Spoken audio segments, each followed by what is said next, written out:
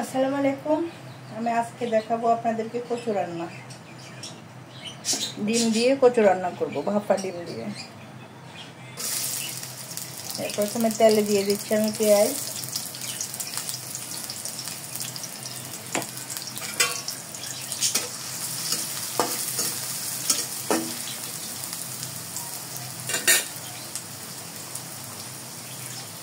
সাথে থাকছে কিছু রসুন কুচি, তারপর আমি একটা তেজপাতা দিয়ে দিচ্ছি 4 ভাগ করে। এগুলো তেজপাতা আমার বাড়ির গাছের, তাই সবুজ রঙটা দেখা যাচ্ছে বেশি।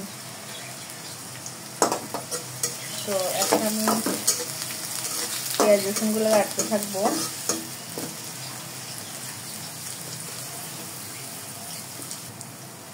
পেঁয়াজটা কিছু নরম হয়ে আসার পর এখন আমি দিব একটু আদা বাটা, 1 চামচ আদা বাটা,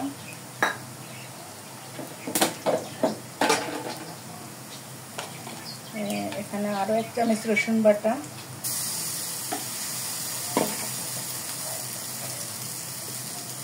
সামান্য লবণ।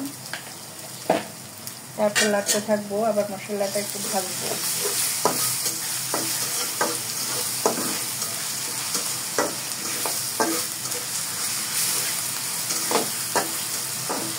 মশলাটা ভাজার পর আমি এখানে হলুদ মরিচ আর জিরা গুঁড়া একসাথে করে রাখছি, দিয়ে দিলাম হলুদ মরিচ জিরা গুঁড়া। এখন আবার লাগতে থাকবো, মশলাটাকে কষাবো।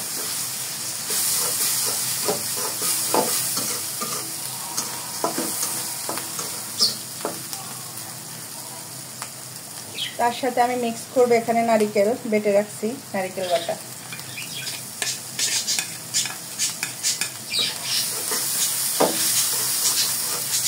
নারিকেলটা একদম কষাইতে হবে ভালো করে, নয়তো একটু কাটা কাটা গন্ধ থেকে যাবে।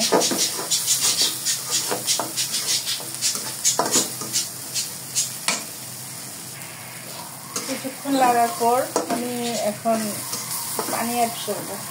একটু হালকা করে একটু পানিটা দিয়ে কষানোর পরে একটু হালকা পানি দিয়ে দিলাম। পানির পরে এটা কষাইতে থাকবে, নারিকেলটা যেন একদম ভাজা ভাজা হয়ে যায়।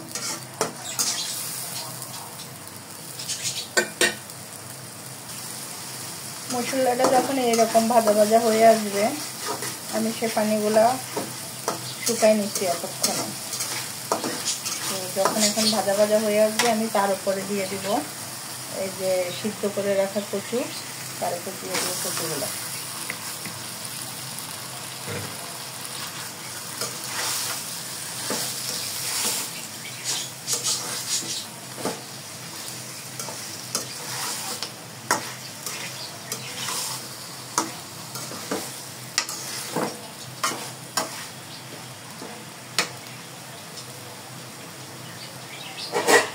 এইভাবে নেড়ে চেড়ে কষাইতে হবে। আমি এখন ঢাকনা দিয়ে দিলাম। তারপর ঢাকনা সরাই দেখবো কেমন হয়েছে। তো পানি শুকিয়ে গেছে, আমার কচুগুলো কষানো হয়েছে। এখন এটার সাথে আমি কিছু গরম পানি অ্যাড করব।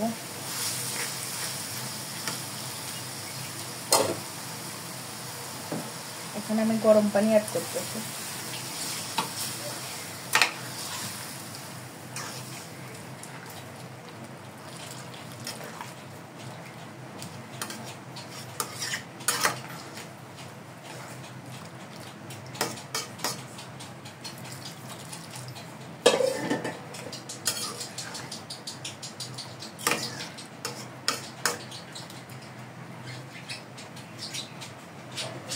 আবার ঢাকনাটা দিয়ে দিলাম। এবার আরেকবার ঢাকনা সরে আমি নেড়ে দিচ্ছি।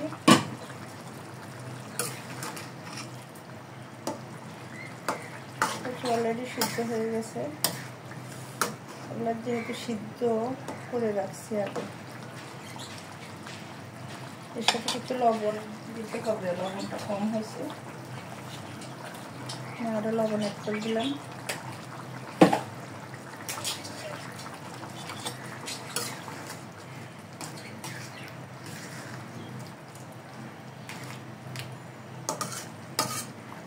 এখানে আমি ওই যে ডিম সিদ্ধ করে কেটে রাখছি, যে কাঁচামরিচ পেঁয়াজ দিয়ে সিদ্ধ করে ভাপাইছিলাম, ভাপা ডিমগুলো আমি একটা একটা করে দিয়ে দিচ্ছি।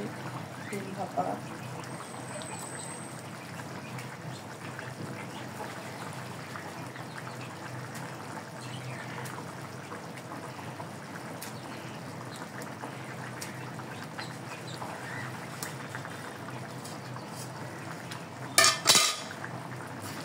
আমার ডিম ভাপা দিয়ে কচু রান্না।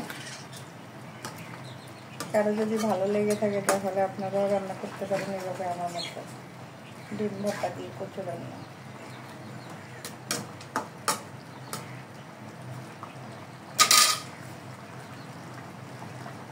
ঢাকনা দিয়ে আমি আরো কিছুক্ষণ জাল করে নেব। তো দেখতে থাকি কেমন হয়েছে। মাশাআল্লাহ কালারটা সেই লাগতেছে, কিন্তু ভয়ে আছি যদি গলা চুলকায়, তাই আমি এর সাথে কিছু লেবু অ্যাড করে দিচ্ছি। লেবু